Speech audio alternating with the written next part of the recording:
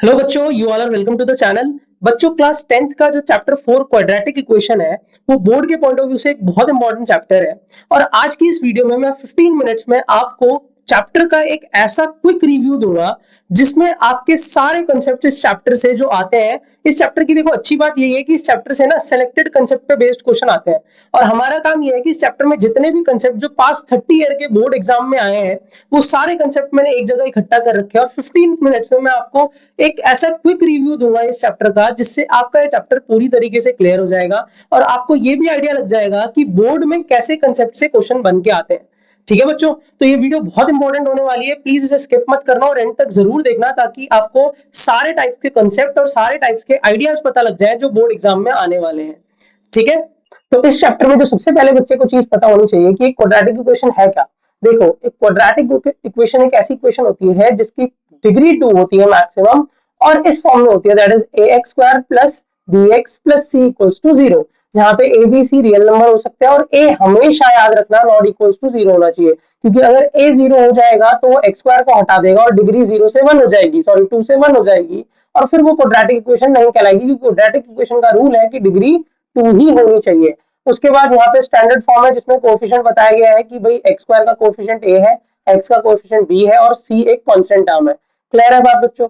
इसके बाद अब क्योंकि आप एक कौन सा टॉपिक पढ़ रहे हो, क्वाड्रेटिक इक्वेशन पढ़ रहे हो, तो ऑब्वियस है कि क्वाड्रेटिक इक्वेशन के जीरोस रूट्स भी निकलेंगे। तो रूट्स कैसे कैसे हो सकते हैं, नेचर ऑफ रूट्स। तो एक क्वाड्रेटिक इक्वेशन के बच्चों तीन तरीके के रूट होते हैं, distinct roots, distinct and real roots, equal roots या फिर नो रूट, नो रूट्स। ठीक, तो नेचर ऑफ रूट्स में हमें करना क्या होता है, हमें डिस्क्रिमिनेंट निकालना होता है। कैसे निकलता है, मान लो आपकी क्वाड्रेटिक इक्वेशन है ax square plus bx plus c equals to 0।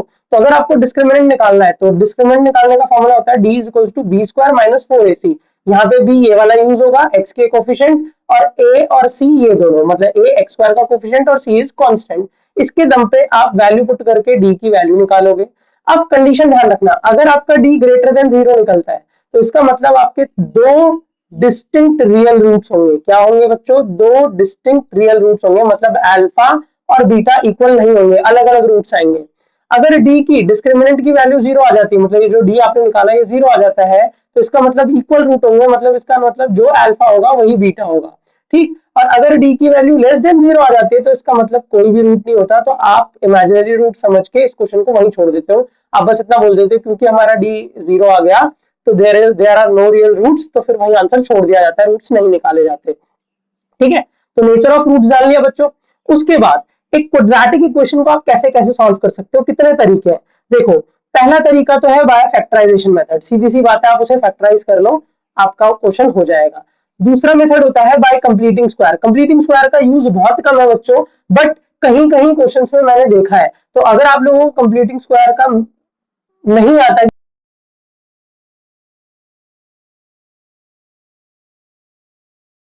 Comment में लिख देना, मैं एक वीडियो प्रॉपर बच्चों के लिए कंप्लीटिंग स्क्वायर मेथड के बारे में बता दूंगा, क्योंकि ये मेथड ना बहुत कम बच्चों को स्कूल्स में, टीचर्स बहुत कम लोग सिखाते हैं, क्योंकि इसका यूज बहुत कम है, बहुत कम जगह, क्योंकि ज्यादातर मिडिल टर्म स्प्लिट या क्वाड्रेटिक फॉर्मूला से आपके क्वेश्चन हो जाते हैं। ठीक है, तो एक कंप्लीटिंग स्क्वायर, एक फैक्टराइजेशन मेथड, दूसरा तीसरा मेथड है बच्चों क्वाड्रेटिक फॉर्मूला, वही जिसका फॉर्मूला होता है रूट निकालने का, minus B upon plus minus under root B square minus 4ac। यहाँ पे बी स्क्वायर माइनस 4ac की जगह आप डी भी लिख सकते हो, जो हमने डिस्क्रिमिनेंट निकाला था ऊपर। ठीक है, अपॉन 2a, इससे आप रूट्स निकाल सकते हैं। क्वाड्रेटिक फॉर्मूला एक बहुत इंपॉर्टेंट कंसेप्ट है। और लास्ट मेथड है बच्चों by middle term split. Clear है बात, बाय मिडिल टर्म स्प्लिट। इन चार मेथड से आप किसी भी क्वाड्रेटिक इक्वेशन को सॉल्व कर सकते हो, जिसमें 10th में मेन फोकस रहता है कि आपको क्वाड्रेटिक फॉर्मूला या मिडिल टर्म स्प्लिट इन दोनों के बेस्ड क्वेश्चन दिए जाए। क्लियर बच्चों, कोई doubt?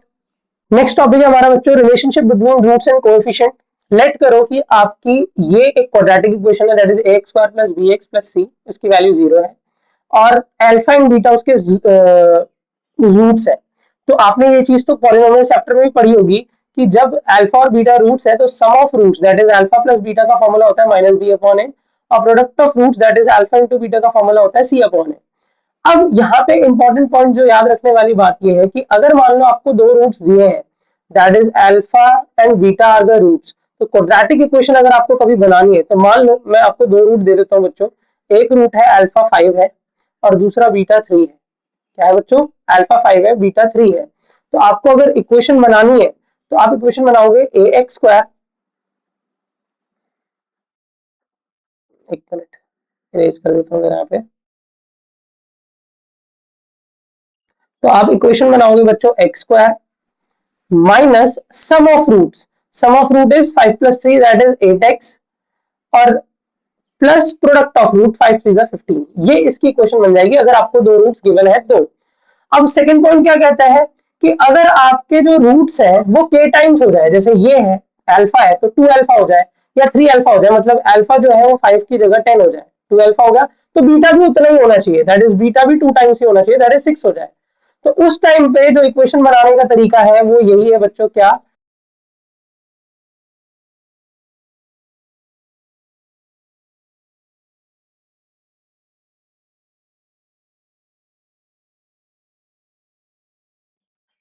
Plus k² times, that is 2 का स्क्वायर क्या होता है 4 times of alpha, 10 into 6 alpha into beta. ये जो इक्वेशन बनेगी ये फॉर्म करेगी आपका k टाइम्स वाला किस्सा। ये जनरल फॉर्म याद रख लेना बच्चों, बहुत इंपॉर्टेंट है।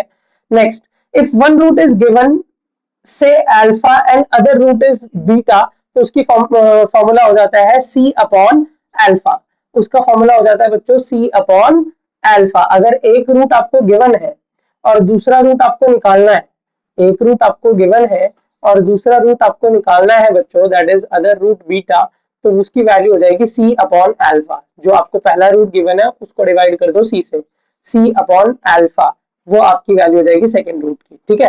नेक्स्ट, इसके बाद आता है बच्चों, ये था फॉर्मेशन ऑफ क्वाड्रेटिक इक्वेशन जब आपको रूट्स गिवन थे। अब ये है बच्चों फॉर्मेशन ऑफ क्वाड्रेटिक इक्वेशन जब आपको रूट्स के सम और प्रोडक्ट गिवन है। मान लो आपको एक क्वाड्रेटिक इक्वेशन है, उसके प्रोडक्ट रूट्स का सम गिवन है, सम से s, और प्रोडक्ट गिवन है, प्रोडक्ट से p। तो जनरल फॉर्मूला इन्होंने बता दिया कि x² माइनस सम इंटू एक्स प्लस प्रोडक्ट, ये जनरल फॉर्म होता है किसी भी क्वाड्रेटिक इक्वेशन को फॉर्म करने का। बट यहाँ पे कुछ और आइडेंटिटीज दी है, जब एक रूट अल्फा हो और एंड प्रोडक्ट इज p, जब एक रूट अल्फा हो और प्रोडक्ट क्या हो बच्चों p, तो आप डायरेक्ट फॉर्मूला लगा सकते हो, that is x² minus alpha x plus product. आपको जब एक रूट गिवन हो और प्रोडक्ट गिवन हो, ध्यान से सुनना मेरी बात, यहाँ पे जब सम और प्रोडक्ट दोनों गिवन हो तो ये फॉर्मूला लगाओ, जब आपको एक रूट गिवन हो और उसके साथ प्रोडक्ट गिवन हो तो ये फॉर्मूला लगाओ, जब आपको एक रूट गिवन हो और सम गिवन हो तो ये फॉर्मूला लगाओ। देखो ये फॉर्मूला लगाओ, sum of X into alpha into sum. और जब आपको रूट्स दोनों रेशियो में गिवन हो, रेशियो में गिवन हो मतलब के एम इज टू के एन हो गया, ठीक है, और सम गिवन हो उसके साथ, तो फॉर्मूला क्या होता है बच्चों, then roots of K M, तो आप k times of m plus N is equals to s, sum के इक्वल कर दोगे उसे, then k is equals to s upon m plus 1, s upon m plus n। तो इसका मतलब x² is equals to, ये आपका इक्वेशन होगी x² is equals to sx minus sx plus mn into k square, mn into k square, और k की value आपने ये निकाली थी तो डायरेक्ट आप ये वैल्यू पुट कर सकते हो। हालांकि ये थोड़ा सा कंफ्यूजिंग इक्वेशन है, तो बेटर है कि आप इसे नॉर्मल तरीके से सॉल्व कर देना, रेशियोज को फिर उनका सम लेके प्रोडक्ट लेके जो भी है। बट ये एक जनरल फॉर्म बताइए मैंने कि अगर ऐसे कभी क्वेश्चन गिवन हो तो आप इस डायरेक्ट जनरल फॉर्म को यूज कर सकते हो अपने पेपर में, ऐसे लगा सकते हो कि जब आपको रूट्स रेशियोज में गिवन हो और सम गिवन हो, ठीक है। Next, when roots are in ratio m into m is to n और प्रोडक्ट गिवन हो, तो सेम वही काम है, बस k² m into n, जहां पे हम k m plus n ले रहे थे, अब k² m into n हो जाएगा, वो प्रोडक्ट के इक्वल हो जाएगा, that is k is equals to under root of p times m into n, और उससे आप वैल्यू यहाँ पे पुट करोगे अगर इक्वेशन में, तो p की वैल्यू ये रख के सॉल्व करोगे। क्लियर हुई बात बच्चों? तो ये था आपका फॉर्मेशन ऑफ क्वाड्रेटिक इक्वेशन 5 अलग अलग केसेस के साथ, जब रूट गिवन है, जब एक रूट गिवन है और सम गिवन है, जब सम और प्रोडक्ट गिवन है, और मोस्टली क्वेश्चन जो आता है बच्चों वो सम और प्रोडक्ट के साथ, बेसिक वालों मैथ्स बेसिक वालों को तो सम प्रोडक्ट के साथ ही आएगा, स्टैंडर्ड वालों के साथ थोड़ा ये वाले केसेस भी आ सकते हैं। Next, solving the by factorisation method. अब फैक्टराइजेशन तो भाई सभी को आता होगा कि फैक्टराइजेशन कैसे करते हैं, क्या प्रोसेस होता है फैक्टराइजेशन का, तो ये चीज पे मैं उतना फोकस नहीं कर रहा। हाँ, कुछ केसेस हैं वो देख लो फैक्टराइजेशन पे, कि अगर आपकी c की वैल्यू 0 होगी इक्वेशन में, आपकी अगर क्वाड्रेटिक इक्वेशन है मान लो ax² plus bx plus c, और आपको क्वेश्चन में दिख रहा है कि यहाँ पे c नहीं है, मतलब c 0 था, अगर c 0 था तो उस इक्वेशन को डायरेक्टली आप ऐसे लिख सकते हो, दो फैक्टर्स निकल आएंगे उसके, x और ax प्लस b। ठीक है, अगर b 0 होता है कभी तो आपकी equation ax square plus c हो जाएगी, और इसका मतलब x स्क्वायर की वैल्यू आ जाएगी सीधा सीधा माइनस सी अपॉन ए। ठीक है बच्चों, और अगर a इक्वल्स टू सी हो जाता है, a इक्वल्स टू सी आ जाता है, तो सीधी सी बात है इक्वेशन ये बन जाएगी, अगर b इवन है तो, अगर b इवन है तो। ठीक है, और व्हेन a माइनस सी है, अगर a माइनस सी है, और तब आपकी इक्वेशन ये बन जाएगी बच्चों, if b is even. Clear बात। तो यहाँ पे कुछ जनरल केसेस थे जो आपको पेपर में डायरेक्ट यूज करने हैं तो आप कर सकते हो, नहीं तो आप इन्हें सॉल्व भी कर सकते हो, ऐसा जरूरी नहीं है कि हमेशा डायरेक्ट ही करना है, आप सॉल्व भी कर सकते हो, कोई बड़ी बात नहीं है। अब अगर हम वर्ड प्रॉब्लम्स की बात करें कि सर इस चैप्टर से वर्ड प्रॉब्लम्स कौन कौन सी आती है और कैसी कैसी आती है, तो मैं आपको बता देता हूँ। देखो, word problem minimum maximum value की प्रॉब्लम आती है। ठीक है, दूसरा एरिया लेंथ की प्रॉब्लम, जिसमें किसी भी रेक्टेंगल, ट्राइंगल, एरिया और लेंथ के बेसिस पे क्वेश्चन होगा। एज बेस्ड प्रॉब्लम आती है, नंबर्स प्रॉब्लम आती है जहाँ पे सम प्रोडक्ट ऑफ रूट किया जाता है, और प्रॉफिट लॉस, स्पीड और मिक्सचर्स की प्रॉब्लम आती है। मेनली वर्ड प्रॉब्लम इस चैप्टर में एप्लीकेशन बेस्ड, जिसे कॉम्पिटेंसी बेस्ड भी कह सकते हो आप, वो ये कैटेगरीज रहती है इस चैप्टर में। ठीक, तो आपको क्या करना है, डिफरेंट बुक्स जो भी आप यूज करते हो उनसे ये टाइप की प्रॉब्लम्स कवर कर लेनी है। क्लियर बच्चों। उसके बाद चैप्टर की कुछ इंपॉर्टेंट थ्योरम्स आती है बच्चों, जिसमें पहली थ्योरम इन्होंने दी है। हालांकि मैं आपको एक बता देता हूँ कि देखो, ये थ्योरम्स अगर आप पढ़ने जाओगे ना या इनको शॉर्ट ट्रिक करने जाओगे तो आपको कंफ्यूज ही करेंगी, तो सजेस्टेड है कि इस सेक्शन को इग्नोर कर देना, बट फिर भी मेरे नोट्स में है तो मैं आपको एक्सप्लेन कर देता हूँ, बट इस पे ज्यादा ध्यान मत देना, आप ज्यादा बेटर क्वेश्चन को नॉर्मली सॉल्व करके निकाल लोगे। ठीक है, देखो ये क्या कहते हैं, अगर alpha and beta are the roots of the quadratic polynomial ax square plus bx plus c equals to 0, then alpha and beta are the roots of the a dash x, b dash x and c dash x 0।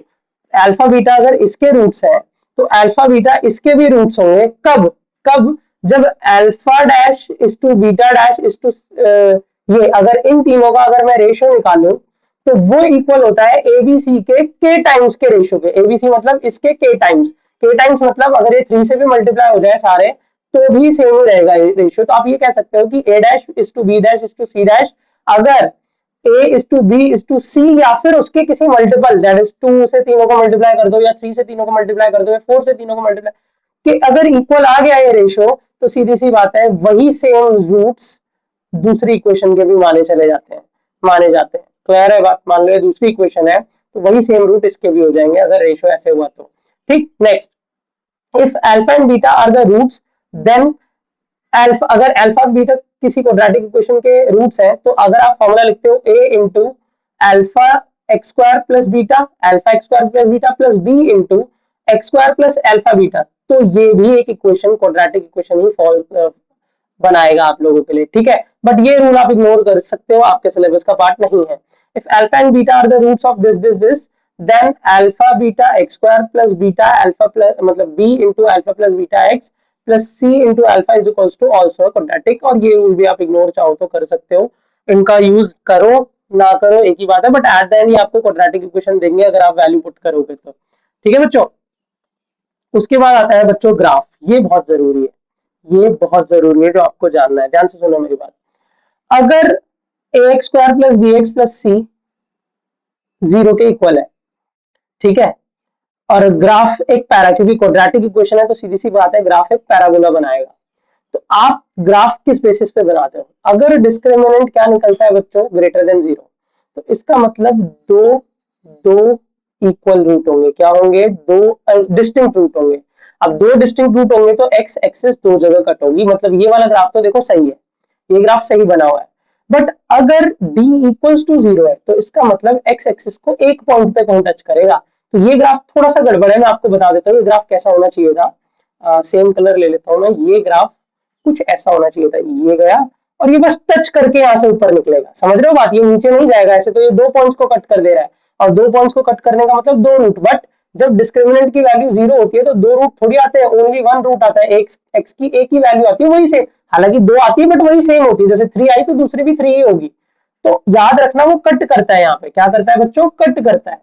और अगर d less than 0 है तो ये graph भी ठीक है, क्योंकि ये देखो पैराबोला ही बनेगा, क्योंकि क्वाड्रेटिक इक्वेशन है, बट वो कट ही नहीं करेगा एक्स एक्सिस को, और कट नहीं करेगा तो कोई रूट नहीं फॉर्म होगा, तो नो रियल रूट। ये ग्राफ बहुत इंपॉर्टेंट है बच्चों, ध्यान रखना है हमें ग्राफ का कंसेप्ट। इसके बाद इस चैप्टर में कुछ इंपॉर्टेंट फॉर्मूलाज है, तो ये फॉर्मूलाज आपने पीछे देख ही लिए हैं, कई जगह यूज हो चुके हैं हमारे, ठीक है।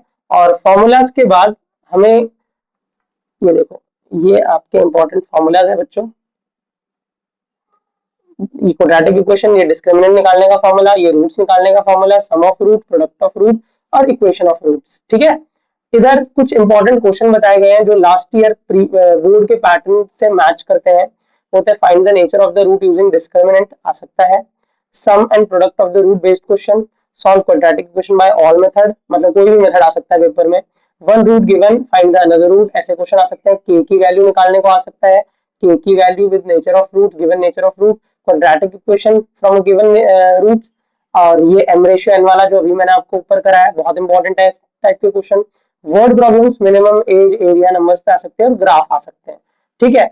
आप अपने प्रैक्टिस में मेनली सारा एनसीईआरटी, सारा एग्जाम्पलर, रेफरेंस बुक्स, पीवाईक्यूज, और मैं तो ये सजेस्ट करूंगा कि सीबीएसई जब सैम्पल पेपर रिलीज करेगी अपने, तो उनको भी जरूर करना छोड़ना मत बच्चों, ठीक। ये क्विक रिवीजन थी इस चैप्टर की, ऐसे ही मैं हर चैप्टर की क्विक रिवीजन आप लोगों के लिए लेके आऊंगा, जिसमें सारे फॉर्मूले इंक्लूड करूंगा जो जो बोर्ड में आज तक पास 30 ईयर में पूछे गए हैं कंसेप्ट, ठीक। अगर ये बच्चों वीडियो अच्छी लगी हो तो प्लीज वीडियो को लाइक जरूर करना, बहुत मेहनत लगती है एक वीडियो बनाने में, और अपने फ्रेंड्स में भी शेयर कर देना ताकि और बच्चों तक भी ये नॉलेज पहुंच जाए और उनके भी एग्जाम में हेल्प हो जाए, ठीक है बच्चों।